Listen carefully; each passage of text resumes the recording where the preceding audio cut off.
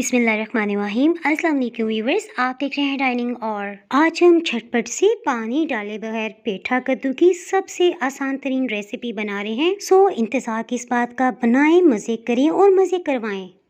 Recipe पसंद आए तो चैनल को सब्सक्राइब कर दें।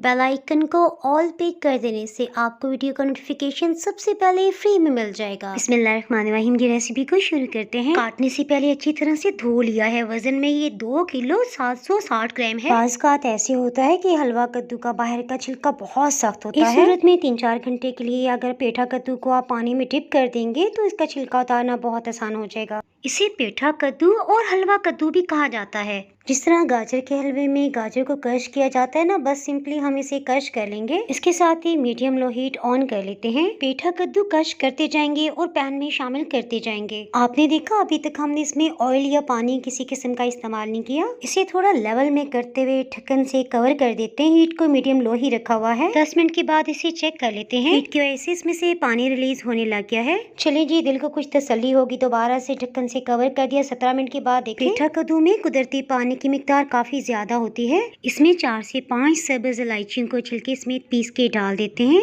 ये हलवे को खुशबूदार बनाने के साथ साथ हाजम भी बनाएंगे। अब हीट को कदरे लो रखते हुए इसे ढक्कन से कवर कर देते हैं। 40 मिनट हो चुके हैं, सो दोबारा से चेक कर लेते हैं। ये देखने में ट्रांसपेरेंट लग रहा है। इसमें पानी की मिकदार ना होने के बराबर रह गई है। 40 मिनट के दौरान भी हमने 1 से 2 बार एहतियातन चेक किया था ताकि पानी की मिकदार से मुतल्लिक सही अंदाजा रह सके। हलवे को भूनने के लिए आधा कप कुकिंग ऑयल और 1 खाने वाला चम्मच मक्खन डाल दिया है। ये खूब अच्छी तरह से गल चुका है। सो हीट को मीडियम लो रखते हुए आप भून लेते हैं। गुड़, चीनी या शक्कर 7 खाने वाले चम्मच बिल्कुल मुनासिब रहेगी। पेठा कद्दू कुदरती तौर पे भी काफी मीठा होता है। सो मीठा एहतियात से ही शामिल करेंगे। ड्राई फ्रूट्स अपनी पसंद के जो भी हो इसमें डाल सकते हैं। ड्राई फ्रूट से मुतल्लिक आपको टिप देती चलूं, इसे महफूज करने के लिए केमिकल का इस्तेमाल किया जाता है। सो जब भी इस्तेमाल करना अच्छी तरह से धो लेने के बाद काटें। इससे पहले गाजर के हलवे की बहुत ही मजेदार रेसिपी हम अपलोड कर चुके हैं। अगर आप वो देखना चाहें तो ऊपर आई बटन में लिंक नजर आ रहा होगा, उसे क्लिक करने से आप वो रेसिपी जान सकते हैं। हलवे में से सभी पानी की नमी खत्म हो चुकी है। देखिए इस तरह से जुड़ा जुड़ा है,